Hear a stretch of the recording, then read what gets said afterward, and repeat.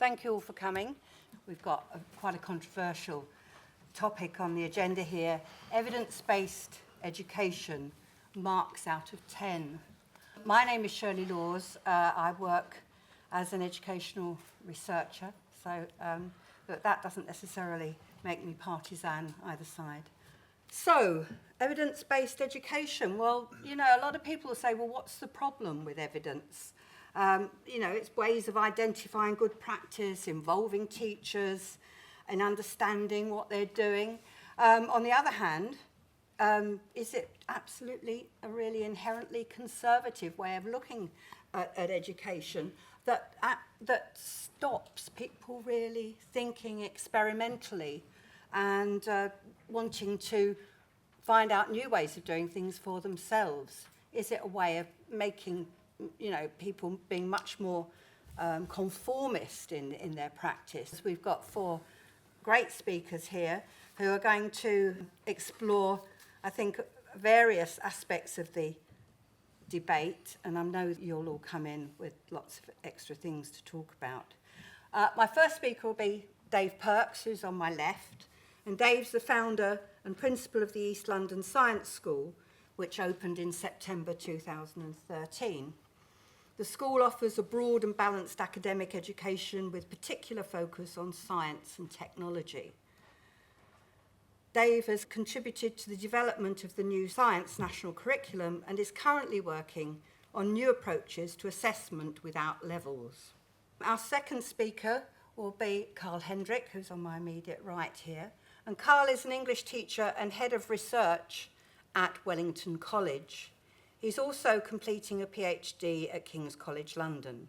He's taught for several years in both the state and independent sectors. Our third speaker on my far right is Tom Bennett, and he's been teaching full-time in the East End of London for 10 years. Currently, he's the director and founder of Research Ed, a grassroots teacher-led project that aims to make teachers research literate and pseudoscience proof. And since 2008, he's been writing for the TES and TES Online and is the author of 4 books on teacher training, behaviour management and educational research. Okay, and our final speaker on my left is Ellie Lee, who is a reader in social policy at the University of Kent. She's the author of books and articles about abortion, contraception, reproductive technologies, and parenthood. And she teaches about the sociology and social politics of health, the family, and human reproduction. She's the director of the Centre for Parenting Culture Studies, based at the University of Kent, and regularly discusses her research in the media. So there's our panel. Let's make a quick start. Dave. Hi. I just want to start off by saying that even though I'm principal of a science school, I'm going to argue that education is not a science. And as a result, the attempt to turn it into one is doomed to failure and will only give you the wrong result. So in terms of what I mean by that, I want to try and break this down into quite a few different points, but hopefully they'll hang together. A DFE inspector I work with came into our school last year and was asking me, how are you going to use data? And I looked at him and he looked back at me, and then he said, before I even opened my mouth, oh, well, probably if you measured waiting for you measuring the data, it's too late because you've made the mistake already. And in effect, that's quite a good argument that what are you measuring for? If you're measuring to make things better, why not make them better before you measure them and then prove you've done it wrong? And I think far too much of what we do in schools is based on this sort of backwards logic that we need data to prove that we've done it wrong. And what I'm arguing for is a different approach, which is that we actually decide what we want to do it right, and get on with it and try and make it work, which is the other way to do this. If you take that sort of approach, what you're really saying is that you're trusting the teachers, you're trusting the school to have an idea about what they want to do and see that through. Whereas the other approach, the data-driven approach, sees all schools as potentially failing and is measuring them to work out what it is they've done wrong and therefore how to categorise that failure. And if we get into that loop, which I'm sure everybody will be familiar with, the Ofsted loop, the inspection loop and so on, then what you're in is a situation where you're driving people to the lowest common denominator, and by people I mean schools, where their entire focus is on collecting the right data to satisfy the need to get through the next inspection, and that's the purpose of everything they do, from the governing body down through the head teacher, through to the class teacher, and if you're unlucky enough, the child as well. As someone said in a session previously this morning, if you're in a primary school and a year 1, year 2 class and the children know their level, then it's not a very good school. And I think I'm therefore very suspicious of the predominance of data as the means by which we understand education. Just a little bit more on this, the idea of levels. A previous speaker in a different session today was arguing that we need standardised tests upon which to judge the performance of both pupils and schools. We'll just take schools for a start. Fine. So that's what the level system was about. And if you understand it, key stage 1, 2, 3, you produce a level for a child's achievement, maths, English, and maybe science, and then you judge them against national average to see if they're above the average or not. But what is a level? A level is judged against a criteria, which is published, and therefore you as a teacher and as a school management know what those criteria are, forcing your children to achieve that criteria so that you've ticked it off and therefore you've done what you needed to do. Never mind what you're actually trying to teach them. And so therefore you distort the entire process of education. So much so that the current government have, quite rightly in my view, abandoned levels as a way of judging schools' performance. Not pupils, but schools' performance. And then you get into the situation, well, what else do we have? So I think it was Fiona Miller on this platform earlier on today was saying, well, we need something as a governor, I think she was speaking as really, in order to judge our performance. And so you're then reinventing that system in order to carry out that function, generating data in some other way. And that's where you are going to be for the next couple of years, whilst either the government decides what that system is, schools decide what it is, or we just pretend and carry on with levels, which is where most people are at the moment. So in that respect, I think that completely distorts things. And then you could say, well, why not use standardised tests? Effectively IQ tests, for want of a better name, or at least cognitive abilities tests. Okay, so you could say, well, we're going to use them. And they are standardised because we've got a very large national sample against which to measure things. But what do they measure? And how does it relate to what we're trying to do educationally?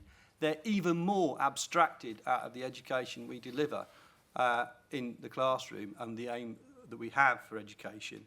And to use them as a judgment of us or pupils and our success with the pupils, I think, is even more liable to drive us in the wrong direction. So to put it another way, at my school, we do use tests and we do use data, but we generate them ourselves because we rely on the fact that we trust our teachers to write their own tests and to understand their own curriculum so that they measure and test against the aims they've set themselves. And that way we can see whether we've actually done the job which we set out to do, which was educate the pupils with the curriculum that we're offering. And if you approach it on that level, then I think it's a completely different thing.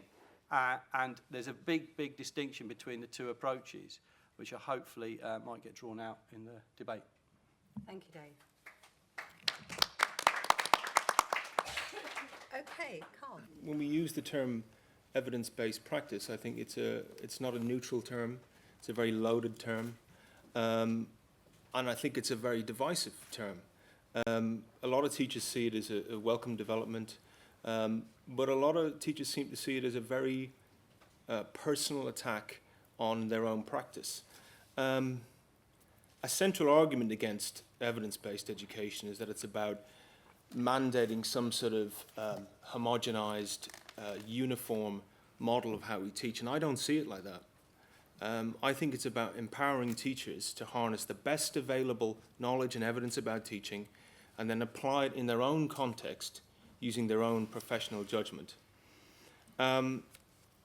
I think that teachers have been given answers to questions that they didn't ask.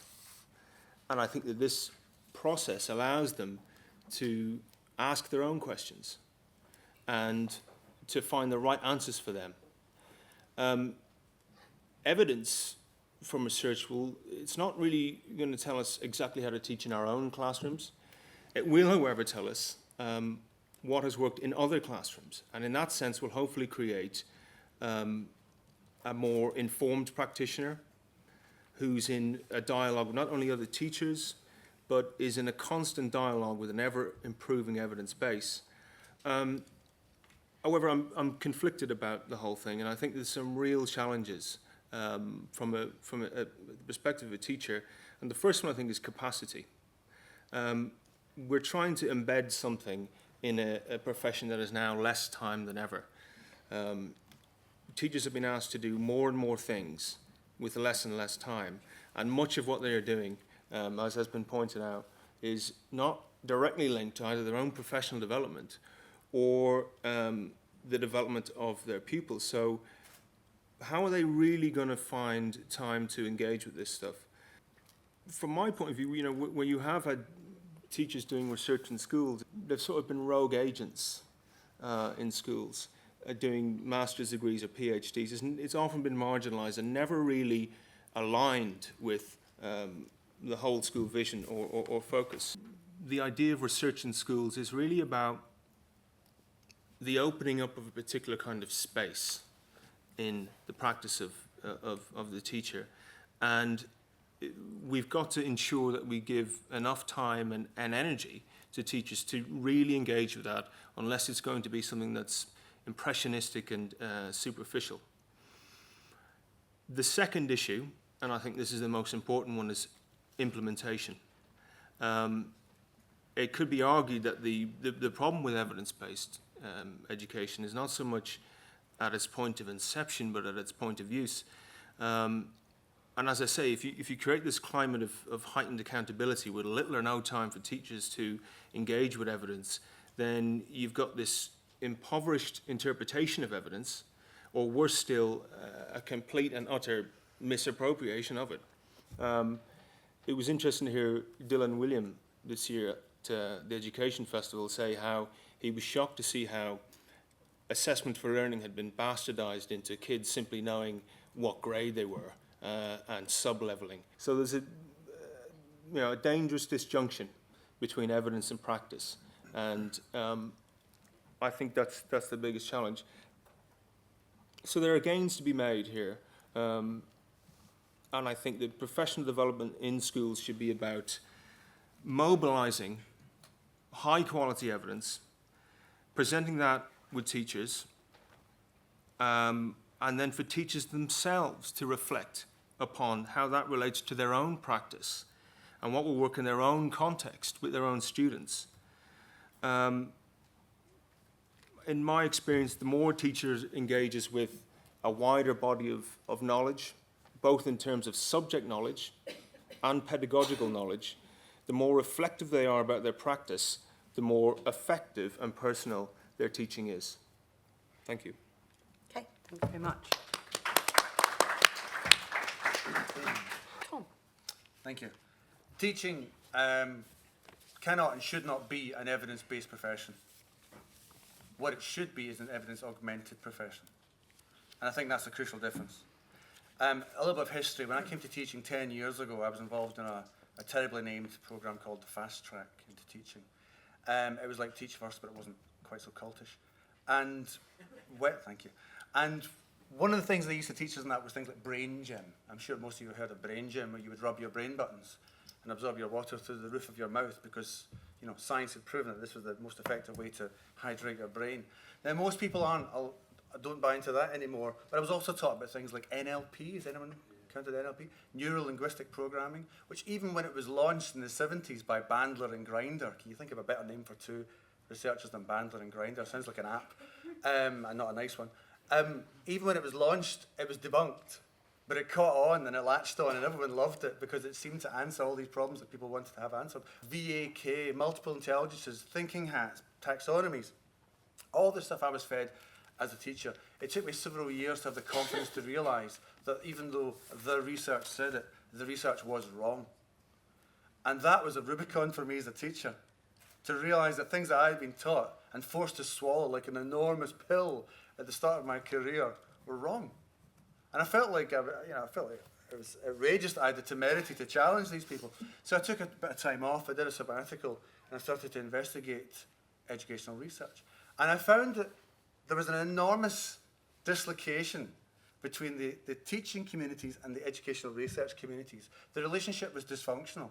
It was like the wild, wild west in terms of the relationship. And the relationship was, as I've said to you before, this very top-down hierarchical model where, as a new teacher, you were given the research. And the research would normally reflect the prejudices of your teacher or your teacher trainer. And I wrote a book called Teacher Proof. And I was very angry at the time when I wrote Teacher Proof because as far as I could see, most educational research had little or no impact in the classroom other than a bad one. You know, children wasting their time pressing their brain button, for Christ's sake. And when I wrote that, I started to engage a lot more with the educational research communities, and I realised that actually there was a lot of great research out there, which wasn't just pie-in-the-sky stuff, which actually could help classrooms. So I launched a series of conferences called Research Ed, and it really was just meant to be conversations, a bit like today, only not as grand, bringing together teaching communities and educational community, research communities. And we had 500 people for the first one, and the response was brilliant. And we've had several since, and we were sold out at the last one. We had 800 people with 300 on a waiting list. And these were teachers and researchers and academics who wanted to come out on a Saturday and talk about educational research. And all of a sudden, I realised kind of what the USP was, that for teachers, it was to do with re-professionalising themselves. That by directly engaging with research themselves, they could try and reflect upon what they've been told whenever someone tells them the research proves this, as they so often have been told in schools and in their training. So in actual fact, they can from the ground up start to energise their own profession and start to make decisions for themselves. And this works for school leaders as well. So rather than just being told by the DFE or the LEA that research says, because research isn't a monolith, educational research is a battlefield. It's a battlefield of ideologies. And that's okay. And I don't think that research can answer every question in education. In fact, I think there are whole oceans of my practice and everyone's practice in schools which cannot be directly answered by RCTs, for example. Of course they can. And it's brainless to say that they can. There are whole areas in teaching which should be defined by and decided by, for instance, values and ideology. And if you don't agree with me, then consider, for example, the reason why we banned the cane and the belt. These things weren't banned because they were proven to have this, that, or the other impact upon learning. They were banned because we thought them cruel. So there are lots of areas in education where we can base things on your values. And similarly, there's an enormous amount of education which is craft, just like any other craft. There's no RCT that can tell me how to speak to a child who's upset and crying and swearing because their grandfather's just passed away. That's craft. That's learning about when you give and when you take. That's learning about when you intervene and when you let somebody get out of the system. You know, that's craft, and that takes years to develop and practice. So I'm not about educational research replacing the professional element of teaching and education. What I'm about is using it to augment education. And so that when, for instance, you have a question to answer, and every teacher in every school has questions they want answered, they should engage with the research and see what the research says about it. And it might say conflicting things. Or you might disagree with the research, or you may agree with it. But the important thing is to engage with it and to reflect upon it, and to know that if you're disagreeing with it, know why you're disagreeing with it. Now, most teachers don't have time for this to do this by themselves, and I certainly don't, and I love education research, and I barely have time to investigate as much as I want. So what I advise is for people to nominate people at their schools, to be research leads, and to do the heavy lifting for the rest of the school, and to act as a critical friend to the senior leadership team, and to challenge them at times, and maybe even audit the school a little bit. So I think research needs to be the friend of schools. It needs to be tamed. It needs to not be, as I say, this top-down hierarchical model where research is seen as being this enormous monolith. It needs to integrate with schools. Researchers need to talk to schools a lot more, and schools need to talk to the researchers so they too can drive the practice. And that is a very, very healthy reinvigoration of our profession, I suspect. Thank you very much. Thank you. Lots of differing ideas so far. Let's hear from Ellie. Try and wind back a bit and say, what is the problem that this is supposed to be a solution to? Why on earth is there a discussion going on about evidence-based teaching? I mean, what's this all for? What is it that's the problem that you think that this can offer a solution to? I mean, you raised the point about the gobbledygook, brain gym, and really kind of pseudo-scientific nonsense, and an alleged relation between that and having something to do with education, and you reacting against that. And I suppose my proposition really, which I want to kind of talk about a little bit more, is that I think the most appropriate response to that is to say that this is not what we need at all, and that we need a completely other sort of discussion if we do want to have a discussion about the problems of how we better educate the children, which is based on other sorts of insights. And I don't think that you can react against the kind of thing that you're reacting to by replacing it with some other sort of evidence. I think that you need a different sort of discussion altogether. At the risk of now going into the realms of total irrelevance, I'm not going to talk about schools anymore at all, because it's not something I know a great deal about. I'm a university teacher, and I run a research centre called the Centre for Parenting Culture Studies. So I wanted to say a bit about things that strike me about this discussion relating to those parts of my life. In higher education, this discussion is taking off as well and is becoming increasingly influential, so it's not a discussion that's just restricted to schools. I think the reason why it's a big cause for concern, I think what's happening is an increasing competition with what I think is the underpinning for what I would call proper education, and really the kind of high point of the educational process, which is what I think university should constitute, in what conventionally has been described as research-led or research-driven teaching. That's what intellectual life and academic life in universities has been predicated upon. The idea that when we're teaching our students, what we're doing is bringing to bear subject knowledge, but our own attempt to develop that knowledge and drive that knowledge forward through the opening up of new questions, through the research that we do as people involved in and interested in developing intellectual life. And understanding. And I think it's the most important, most creative process that an educator can be involved in, is attempting to test out ideas and discuss ideas based on what you're trying to work out yourself with students. I think the reasons why it matters are because what that gives you as an educator in terms of helping you understand what it is you're trying to understand better, but also to introduce to students the idea that they should be part of and excited by being part of a community of scholars trying to better understand the world. But this can only work if its starting point is subject knowledge, and also a recognition that it has to be based on nobody empowering you, nobody giving you any evidence about how you can possibly do this, but on you taking it on yourself to experiment in ways that are often idiosyncratic, with explaining your research and what you're finding to other people. And it seems to me that that's what we're doing. Now, that's what I think education at its high point should be about. The competition to that is coming from advocates of evidence-based teaching, counterposing this to research-led or research-driven teaching, and they say things like the following. This is from the blurb from a book called Evidence-Based Teaching for Higher Education. They say, over the past 2 decades, a growing body of scholarship of teaching and learning, this is something called SALT, S-O-L-T, which is apparently a new body of scholarship, has emerged. This empirical study of teaching methods, course design, and student study practices has yielded invaluable information about how teachers teach and learners learn. Yet university faculty members remain largely unaware of the findings of SALT research. As a result, they tend to choose their teaching techniques and tools based on intuition and previous experience rather than scientific evidence of effectiveness. Now, I'd have to say that every single component part of that blurb is a direct competition to everything that I believe is the hallmark of what a proper educator should be doing and what education is all about. I think SALT is a made-up BUL area of scholarship. I don't think it's proper scholarship at all. I think it's a charlatan enterprise, which can only really advantage the people putting it forward.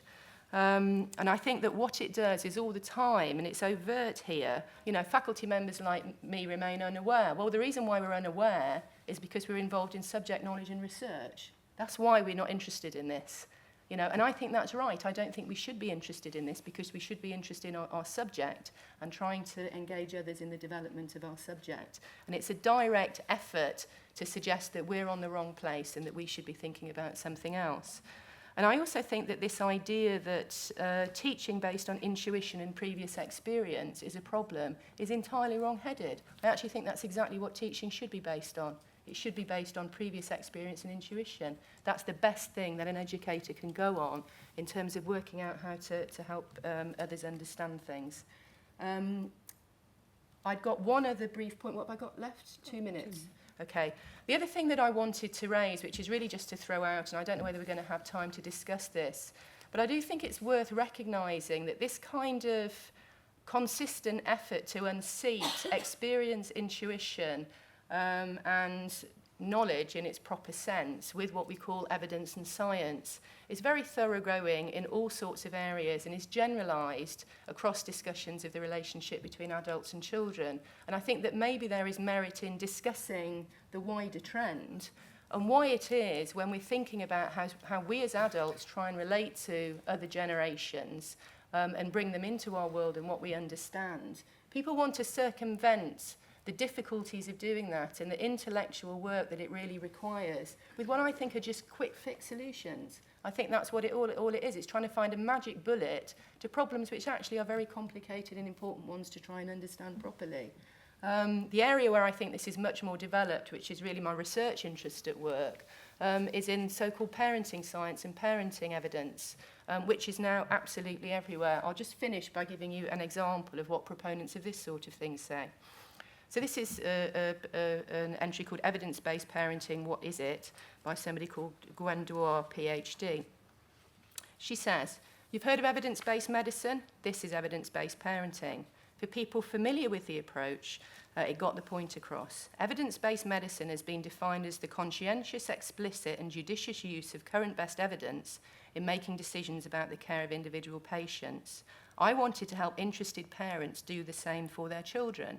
Now, I think this is basically what's going on in this whole obsession with evidence. It's kind of creating a model, drawing on evidence-based medicine, the doctor-patient relationship, and then transferring that over into relationships between adults and children, be they in the family or be they in the school. And I think it is fundamentally wrong-headed and misplaced, because our children and our pupils are not patients, and we are not their doctors. It's an entirely different type of relationship, and it needs to begin somewhere else. Our discussions of the problems of it, insofar as they exist, need to begin with a whole different way of thinking. And I think this whole effort to make this evidence-based is subsequently really wrong-headed. If there are problems, this is not the solution to it.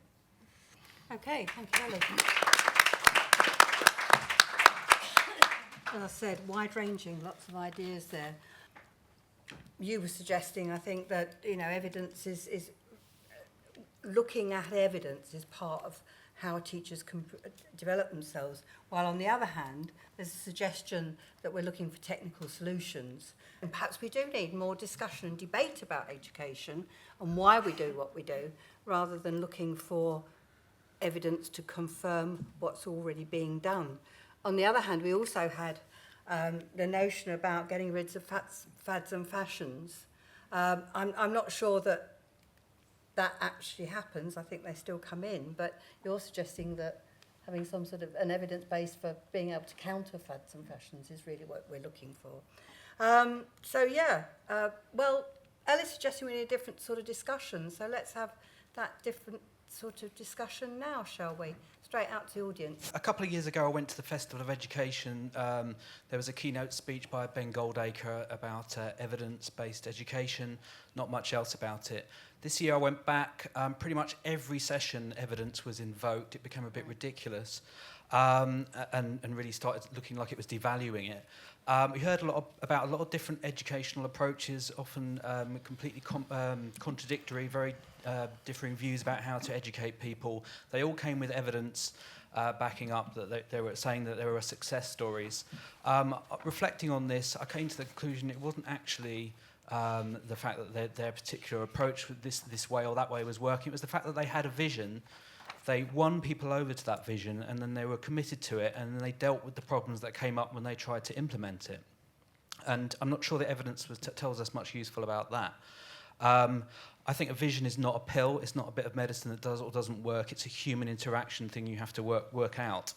And as it happens, even in medicine, supposedly clear-cut, there's a backlash against evidence, use of evidence, for getting in the way of the human relationship between doctors and their patients. In 1982, I think Brian Simon wrote a paper, a very famous one, called Why No Pedagogy in England? And the reason for why there was none is because at that time, whether you're on the left, the right, or a liberal, you believed in a liberal education, a subject-based education. And it seems to me the problem you're facing is the collapse in that belief and a desperate attempt to try and find something to replace it with. And, you know, I'm really amazed that Tom can say this stuff about educational research, because the British Educational Research Association, RSA's recent report on what would be the evidence-based, the research, says it's patchy, fragmented, and uncoordinated. There's very little really good research. And even in your own comments, the research on learning styles shows that they don't work. Right? The problem is nobody takes any notice of even the limited research that there is. So when there is real research, it gets ignored. Plug for my article in the conversation on this week. Right? But it's basically, people do ignore the research. And I'm not quite sure what you're talking about when you talk about evidence-based research. Because evidence-based inquiry, the new term, is about action research in schools by teachers. Right? Basically just trying to formalise their practice. That's the sort of thing you get taught. So I think there is no evidence, right? And you know, if there is, I'm sure the RSA and all the Oxbridge professors who were researching this for a year would love to hear from you what it is. But all the evidence from the Hargreaves report, the Tooley report, from Gorard, Stephen Gorard and Pring, shows that there isn't very good educational research. So there is no base out there for you to do it. So it's something else. It's actually in the expression of this real problem that teachers have forgotten that their job is to teach their subjects. Right? It's a simple expression of that. And the more you perpetuate it, it'll take them further and further away from doing what, you know, centuries of tradition in Britain told them to do, which was to teach subject-based education. So I would just abandon that project and get them debating what education should be about again. And that might make a step forward. But a bit of philosophy, perhaps, rather than searching for some sort of mythical evidence. I did my teacher training a few years ago, and I was kind of expected, it was one of these fast-track programs, I was expected to kind of just be great because I had good subject knowledge, because I had a good degree. And I was told, instead of getting any like real knowledge from my teacher trainers, I was just told to keep a reflective diary and do, I guess, what Ellie was sort of suggesting, to reflect on my experiences and use my intuition to sort of improve. And I was a shit teacher. I don't think I have any more, but I was lucky enough to have a mentor who had she had a lot of experience. She wasn't reading research or evidence to kind of make her a good teacher. But I just think there's a bit of a tension between how kind of across the weekend, how people think of teachers should have more expertise, more authority, and impart knowledge to students in schools. But maybe when it gets to kind of teachers, training institutions, we don't want them to be too authoritative and say, this is the knowledge, this can actually help you to be a better teacher. We just want to leave people to do that on their own. Much as I agree with the points about liberal education and so on, it seems that you're splitting evidence into two ways yourselves. One is Dave's point about evidence for progress of his students and not trusting the system. The system does require some accountability, and as a hypothesis, let's just say when teachers had loads of freedom, the system didn't produce very good results. And Dave's saying that actually he's replacing levels with a better exam, which is teacher-driven.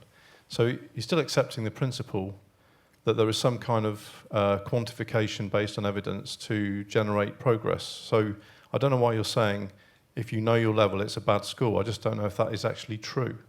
But the second point is that the other guys, Tom in particular, you're saying that research-based evidence is or is not usable, and we need to have reflective practice. Aren't your evidence is different, isn't it? That's about ideas about how education can be improved in general. And you're saying take it or leave it. And again, there's a question about whether that's valid or not. But I suppose from where I am in my current position as a deputy head, so I would say this, do you accept that there needs to be data for accountability? Because the bottom line is you can't trust every teacher to get your kids through school without some kind of check on it. Tom, you wanted to come in, I think. Yeah, sure, sorry. Just like the gentleman made some excellent points there, the Tully report was fundamental in transforming my view about educational research. The Tully report, for those of you unfamiliar with it, was a very large investigation of the current climate of educational research, and basically it came up with the idea that a lot of educational research was terrible. I mean, just really, really badly done. And I agree. It absolutely is. Which is why, and this isn't a plug, or maybe it is, it's why I called my book Teacher Proof, because I wanted teachers to be proof against that kind of research. I hate the idea that someone can come along and say research shows, and this all too often happens in education. And I agree with Ellie's point, that often it can be a way, in fact it frequently is a way of disempowering the teacher and liquidizing the profession.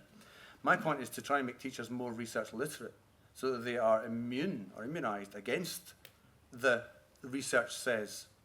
Those kind of people that come along and just say you should believe this, because I want them to be able to say, actually no, that's a terribly small sample, or no, there's enormous amounts of cognitive bias, or I can see the halo effect going on in that piece of research. But then I also want teachers, once they've become research, proof, I also want them to consider what we mean by evidence. After all, I wouldn't want anyone to say, oh, we mustn't look at evidence. I mean, there is some good research out there, and I want teachers and schools to be looking at that and reflecting upon it, and they can still make their own decisions based on their own autonomy. But it's a nonsense for us to say that we mustn't be an evidence profession. We have to have some evidence. And that could be small-scale studies, it could be examples of personal reflection. And as I say, a large part of teaching is craft as well.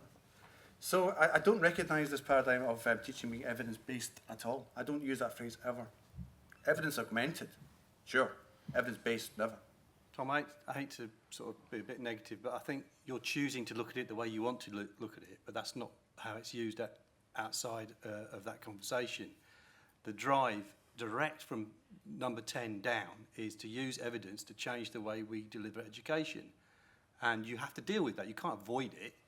And so that is evidence-based education. Best practice, rammed home, and you're told what to do. It's a mechanism for centralising control over how teachers act day by day in the classroom. And there's no avoiding that. That's what's happening. And if we don't create an argument that says, well, hang on a minute, are you right? Is evidence the right thing to use to justify your direction for education? Then we're in real trouble. All you're going to say is, well, I like my evidence, not yours. But then you've got a battle, because I bet you anything, you'll be faced against a monopoly of evidence that you can't defeat, and you're lost. So from my point is, it's not evidence that dictates how we deliver education. It's how we value education and the curriculum that we want to deliver that should determine what we do as teachers in terms of delivery and in terms of what pupils acquire from us. And that's a completely different realm. And I think that's what Dennis was trying to get at, is that it's not on that level. And then just in terms of accountability, yes, schools need to be accountable, but manufacturing a system that nails you into a box to do that and stops you from teaching, well, no, thank you. And levels are in the dustbin, Mark. Just let go, yeah? Okay, Ellie, do you want to come in? I mean, I think there's some prior questions in response to your thing that maybe are worth discussing. I mean, as I say, I'm not a school teacher, but I'm interested in knowing what people think a good teacher is anyway. I mean, is that to do with, levels? What's the working definition? I mean, in terms of how you learn to be one, I mean, there's obviously common points to wherever you happen to be in the education system, and I'm not suggesting that you just do that in splendid isolation with no reference to the subject you're working with, your colleagues, and so on and so forth. Of course, we all need to be in creative dialogue with other educators about what we're doing, but I do think that there is a part to this that's idiosyncratic, inherent to the subject, and therefore will defy these sort of standardised models about what works. I mean, the what works obsession in the documentation that I read in preparation for this discussion, I just think is remarkable. You know, as if you can, and it is like the evidence-based parenting programs, it's kind of, you've got this list of 4 things that make you a good parent, tick, tick, tick, tick. Or here's the list of things that make you a good teacher. I mean, I just think it's complete rubbish. And it just doesn't work that way in either aspect of the way in which we go about developing young people. I mean, in terms of the working definitions that are here, I mean, I read Nick Gibb's speech, who, like you, obviously wants to have a go at the blob and, you know, fashionable education ideas that have come in. I never use the phrase the blob. I hate that well, phrase. not you, but this was Nick Gibb's speech. He's obviously reacting to Sure. fashions and fads that have come into schooling and all of that. But he then goes on and on about what Goldacre's had to say, Ben Goldacre, in his Building Evidence into Education. So this is what it says. I think there is a huge prize waiting to be claimed by teachers. By collecting better evidence about what works and establishing a culture where this evidence is used as a matter of routine, we can improve outcomes for children. This is not an unusual idea. Medicine has leapt forward with evidence-based practice. I want to persuade you this revolution could and should happen in education. I mean, I just think this is totally wrong. I think it's a completely wrong-headed model, but it is the one which Nick Gibb apparently is going for. I don't know whether it's what you're talking about. I mean, is this what you mean by evidence-based education, that we take a model from medicine, from the doctor-patient relationship, and we import that into schools? I mean, I just think that's ridiculous, because you're not doctors and kids aren't patients. The whole content of the thing is completely different. There is no similarity. But this is what's being said, right? Is this... Carl, you've got What do quite, you mean? quite a lot there to respond to, I think, both from the audience and I know and the that panel. I think it was Frank Furedi who said that treating students as a sickness is wrong, and I think that's absolutely right. From my personal point of view, when I did my PGC year, I was confronted with evidence and research that was absolutely at odds with my experience in the classroom. And it was stuff like kids only learn in groups. It's the only way they learn. And I was sort of having this experience of developing as a teacher, probably similar to your own, and I was realizing that, well, that might be true for some kids, but it isn't true for me, and I will not have it. And I had a real sense of, you know, let's have a discussion about this. And what I was met with was, all the evidence says that this is the way that you should do it. I went and read some work, particularly Dylan Williams' work, and I stumbled across something that was, we might say, was evidence-based, shock horror. And it was about this notion that kids, if you're marking work, if a student is writing for an audience of 1, they don't learn as well as they do when they're writing in an authentic public sense. So I reflected on that, thought about it, and I got the kids to write publicly for the whole class. I got them to really look at their work. Every time they did mark work, the whole class marked it, the whole class evaluated each other's work. And it had a profound effect on my practice. And it had a profound effect on the students. Now, I think the point there is right. I think we might be talking about different things here, but I would call that, being critically reflective about what I do, and not simply going on either what I'm told or going on a hunch or some sort of, communal village wisdom that we're all meant to have. And I still do that, and I still want to, what does, if I, as an English teacher, I want to know what other English teachers are doing. I want to know what's successful, and I want to think about it in relation to my own practice. Yeah. But you see, actually, what it seems to me that you're picking up a lot on what Ellie was saying about experience, intuition and knowledge, actually.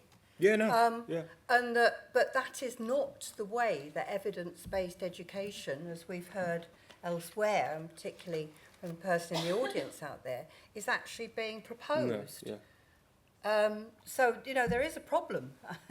What you purport to be saying, but actually what you really mean it seems to me underneath it, is knowing about education and, reading for yourself and thinking. Now, having those creative dialogues that Ellie was talking about is something that doesn't happen. Perhaps more creative dialogue might be in order. I'm all for liberal education, more subject knowledge. I completely agree that the pendulum has swung too far in the direction of pedagogy and process, and it's not what you teach but how you teach. I completely agree with Dennis that a good liberal education is it should be there should be a renewed focus on that in our system. However, it does beg the question of why do we have teacher training then?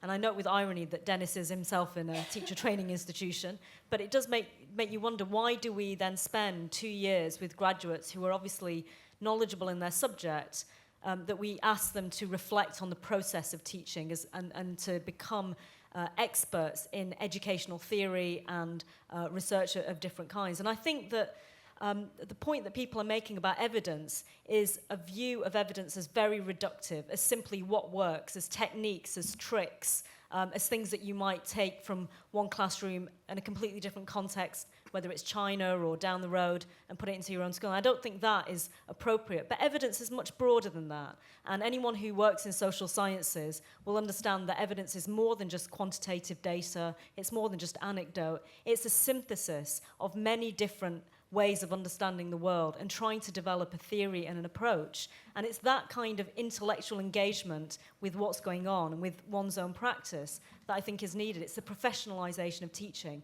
And I know that many good schools and many good teachers think that what they do can be transferable, and it's not just unique to their individual personality. For instance, I know that Dave Perks thinks that what he's doing in his school is transferable, because I've just given him a massive chunk of money to do so, to talk about how you teach physics. So he is himself engaging in evidence-based or evidence-augmented practice, and he expects other schools and other teachers to take note. So how do we create a system which values teachers' own views of what they do, that doesn't reduce it to simply, tick this box and then your kids will have this result? Because I think that is the kind of drive and dynamic that we need in our education system. I quite understand the concern that too much research or too much evidence might drive out teacher judgment, but I can't see what's attractive about judgment without evidence or judgment in defiance of evidence.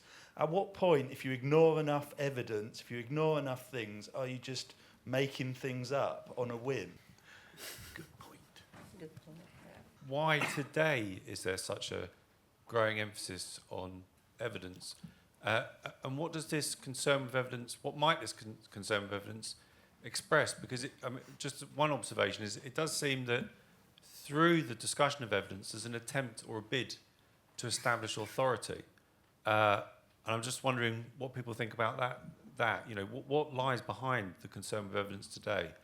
My name's Simon and I work at NICE, and I've been waiting for someone at some point during this discussion to mention NICE. And I'm not trying to say, the discussion earlier about, applying a medical model to education, I don't think is really going to work. But I think some of the principles about what NICE does for the medical system, might be worth exploring, including, for example, taking the evidence and having a look at it in a kind of, an objective way, and how that evidence is interpreted, the strengths, the weaknesses of the evidence base around that. Having people who are actually involved in putting guidelines into practice, involved in the development of them, a period whereby those that wish to comment on them and tell us that we've got it wrong, that's all available there. But I think more crucially than anything else, making sure that when we get those guidelines out there is that we make sure that doctors understand that this isn't a replacement for their skill and their judgment and their clinical knowledge and experience, but it's meant to augment that. And I think that's where NICE guidelines get implemented and they work very well, is where doctors, that relationship works and doctors understand that. And where it doesn't is where, recommendations or evidence, the evidence base gets turned into a target that someone must reach. Hi there. So it seems interesting that in other disciplines, such as engineering, that I'm aware of at the moment, actually are pushing towards evidence-based engineering. So we found ourselves in a local minima, or or I guess local maxima rather than minima. But so we're in a local maxima, and we're not entirely sure of which direction to go. So we find ourselves being outpaced by other people, maybe in other countries. In our cases, we find many older engineers who have their way of doing things. And we've developed mechanisms based on evidence to actually improve ourselves as an engineering body. Part of this is to create something where in the old mechanisms where we'd have 2 years feedback, maybe we increase the feedback cycle, so we have maybe retrospection, introspection every 2 weeks to 4 weeks instead. So this is an evidence-based approach, and it's not just in medicine that this is going forward, really. And very strong, very strongly in this country, we do have very strong evidence-based engineering going forward. So yeah, it is really not just medicine. What's emerging here is the idea about, or at least what is begging the question about what is it that's unique and distinctive about education that we might want to consider. But Tom, would you like to? I think there's, my background is philosophy, and I think the common problem is not defining your terms. What do we mean by evidence? I'm all for experiential evidence. I'm all for the evidence of your own senses, and I'm all for the reflective practice of the practitioner. I think, though, what we need to be careful, I'm certainly not for, I'm going to reiterate this one more time, I don't think teaching can be an evidence-based profession, nor do I think it's a science. I've been teaching for too long to think that. It's as much a craft and an art as anything else. But I'll try and use a couple of examples here. First of all, much like Carl, when I came to teaching, I was told that group work was by far the best way for children to learn. So consequently, I endured schools where all classes were in clusters. I teach at secondary. Now, group work can sometimes be a very useful thing to do. But I found that for the majority of time, for my style of teaching, with the kind of classes I had, so it's very context specific, I found group work actually to be very, very difficult. You had lots of children not being on task. You had lots of children, unequal loading and doing too much and doing too little. And I found through my own reflection that the evidence I was being given was very, very poor. So when I went back to look at the evidence, I found that the evidence itself was based on very, very poor samples. And it was very, very opinionated and very, very biased. So I think it's very, very important for teachers and schools to become research literate so that they can become proof against this kind of research. Secondly, I want to look at something like iPads. There's a lot of research which says that people should roll out iPads into classrooms and use them as a means and a tool. Now, when you are in an educational system and you're spending millions of pounds, it's very, very important that you've got some kind of evidence to back up what you're saying. So on that level, particularly when it comes to things like procurement, if you don't acknowledge the role of evidence in what you're doing, then you are gambling millions and millions of pounds of taxpayers' money on a whim. And there are far too many whims in education. Intuition's great, but at some point you've got to come up against somebody who's going to say, are you sure you're doing things the right way? Okay, Dave. This is really odd. The iPad thing is really funny because it just shows a slight difference. You're waiting for the evidence, I'm doing it, and trying to work out whether it works. There are ways and means of doing things about money that you don't need to worry about. If it's educationally beneficial, we'll use it. But we're not going to wait for somebody to come up with a definitive statement on it, because by then there won't be iPads, there'll be something else. So there's all sorts of things like that where I think waiting for the definitive statement on what works and doesn't work is a sort of a misnomer.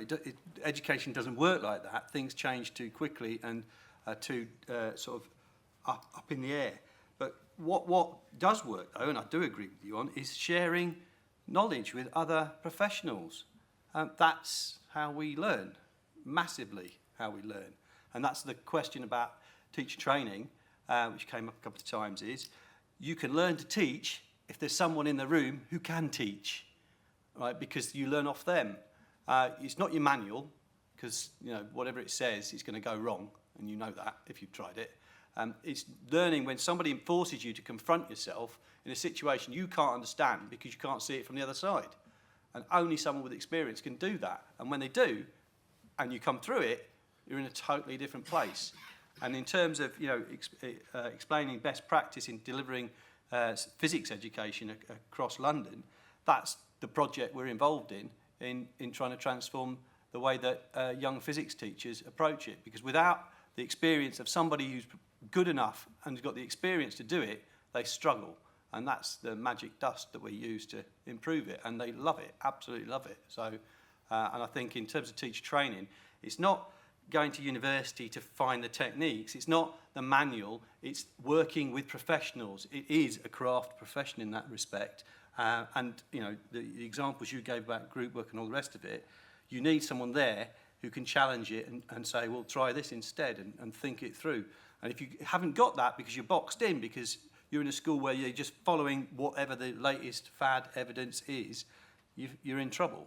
And I think that's what a lot of people experience. One of the things that is being done in the name of evidence-based education is, and it's actually part of the Closing the Gap trials. I don't know if anyone's aware of this. There's about, I think it's about 800 schools doing randomised control trials, is lesson study.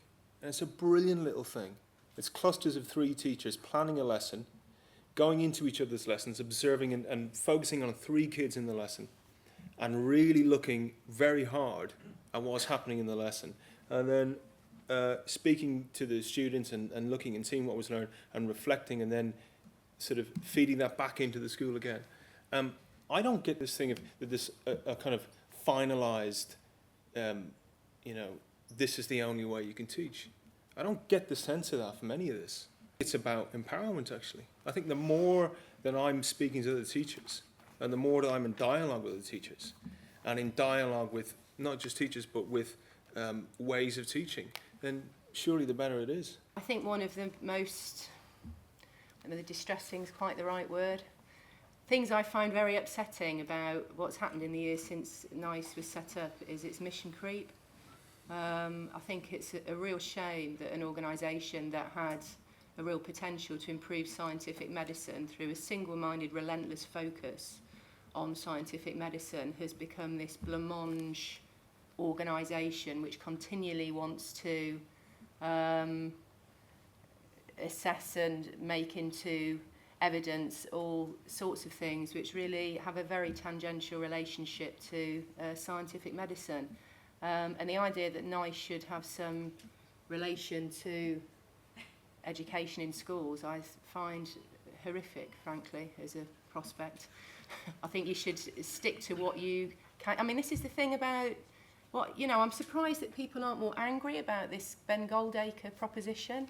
I mean, I think it's absolutely dreadful, and its implications are really, really problematic, both for the integrity of scientific medicine and for anything that you could possibly consider progressive or forward-looking in relation to how we think about children and getting them to, you know, appreciate what the world is and how we understand it and our engagement with it.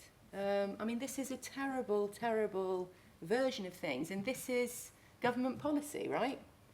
I mean, you've got to kick back against this, not, you know. You've got 3 minutes to get angry. A quick point, I'd just be interested, I was thinking about, well, what effect has evidence had, a broad direct impact of evidence? It struck me the biggest example is actually at primary level.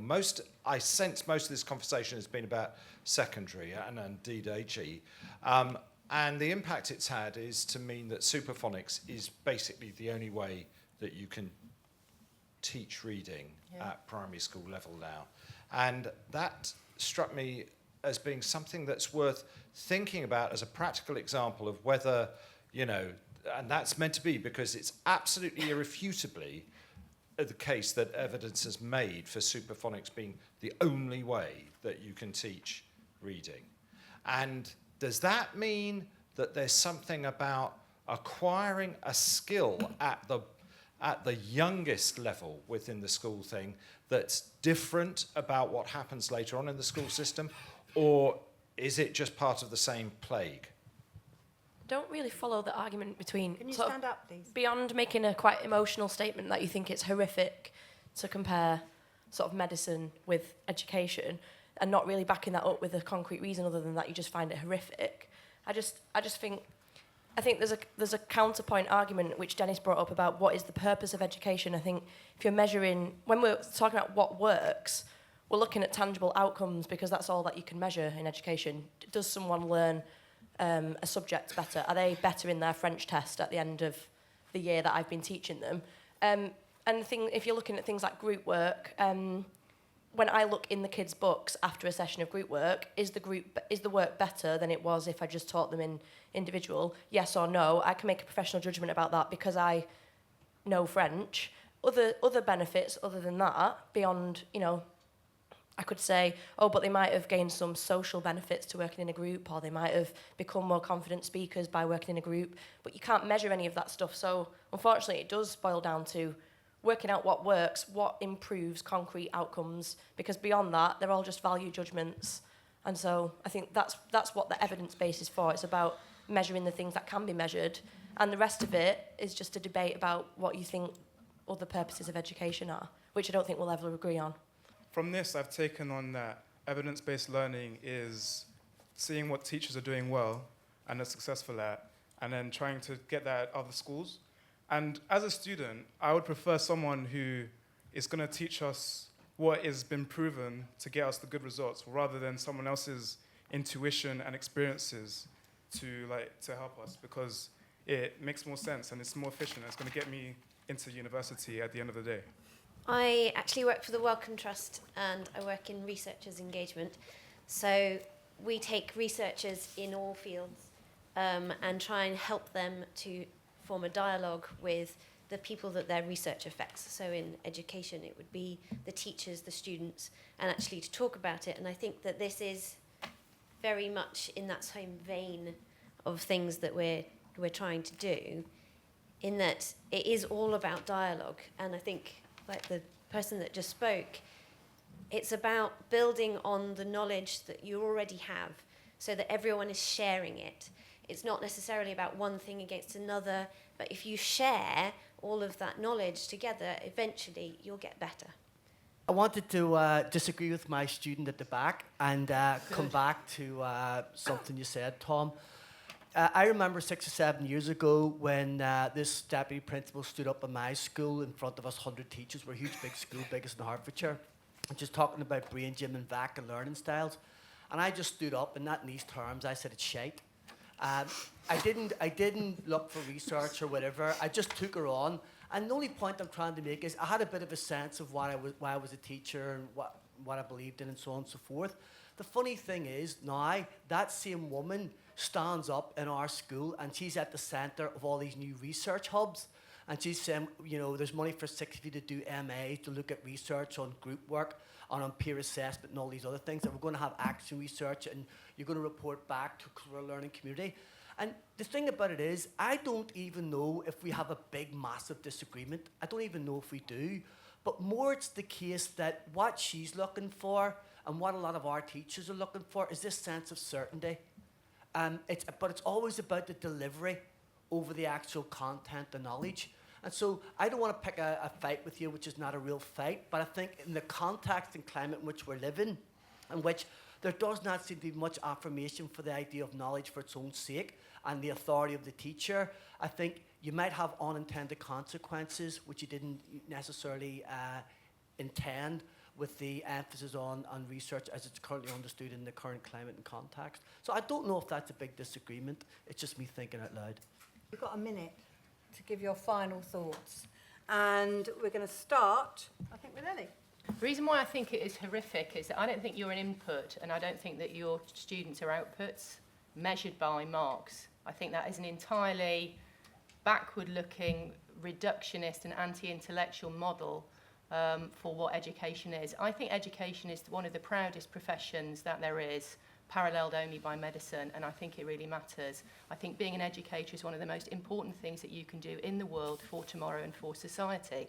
And to reduce it to this mundane, technical process where then all you're obsessed with is the mark that they've got, have you done the right input, is, I think it's awful. And what you end up with, and I'm sorry to single you out at the back, if you think that you can go to university and it's going to be a good thing for you, thinking the way that you think at the moment, that you want some teacher to be able to give you a trick that's going to help you learn, and then that's the way you carry on at university, you will get nothing out of university.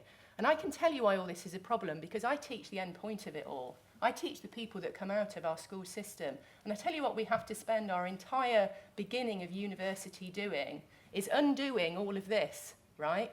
We have to get the students to stop being obsessed with learning styles, what marks I get. We have to get them to love books. That's what I spend the whole time doing with my first years, because they have very little interest in reading, they have very little interest in knowledge, very little interest in the subjects, and what they want to do is go off to the student learning advisory sessions that teach them how to improve their learning skills, right? And it is just a disaster, you know. The high point of education and intellectual life is the university, and this is destroying it. It really is. And that's why I think this is a really serious problem. Thank you, Ellie. Tom?